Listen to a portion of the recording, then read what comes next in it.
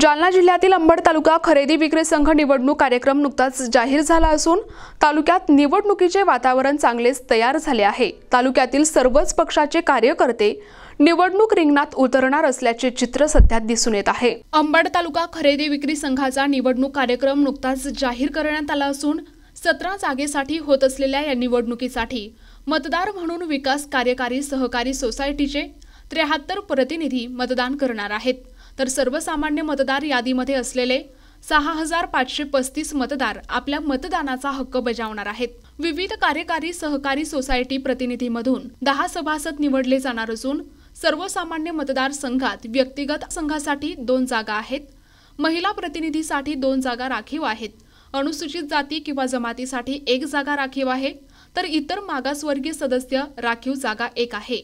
विमुक्त आणि भटक्या जमाती किंवा विशेष मागास प्रवर्गातील सदस्यासाठी 1 जागा आहे। असे 7 सभासद सर्वसामान्य मतदारसंघातून निवडले जाणार आहेत आणि सोसायटीमधून 10 असे एकूण 17 सभासद निवडले जाणार आहेत। या निवडणुकीसाठी 14 ऑगस्ट ते 21 ऑगस्ट दरम्यान फॉर्म स्वीकारले जाणार आहेत, तर छाननी दिनांक 22 रोजी होईल। फॉर्म परत घेण्यासाठी 25 ऑगस्ट ते 8 सप्टेंबर पर्यंत कालावधी असणार आहे, तर गरज पडल्यास प्रत्यक्ष मतदान 20 सप्टेंबर रोजी होईल, तर 21 सप्टेंबर रोजी निवडणुकीची मतमोजणी होऊन निकाल घोषित केला जाईल। या सर्व प्रक्रियेसाठी निवडणूक निर्णय अधिकारी म्हणून घनसावंगीचे सहाय्यक निबंधक नवीन कुमार सातपुते हे काम पाहणार आहेत।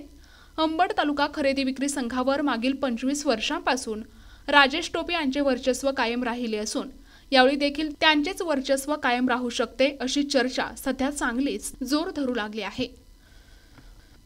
प्रतिनिधी अशोक खरात, NTV न्यूज मराठी, अंबड, जालना।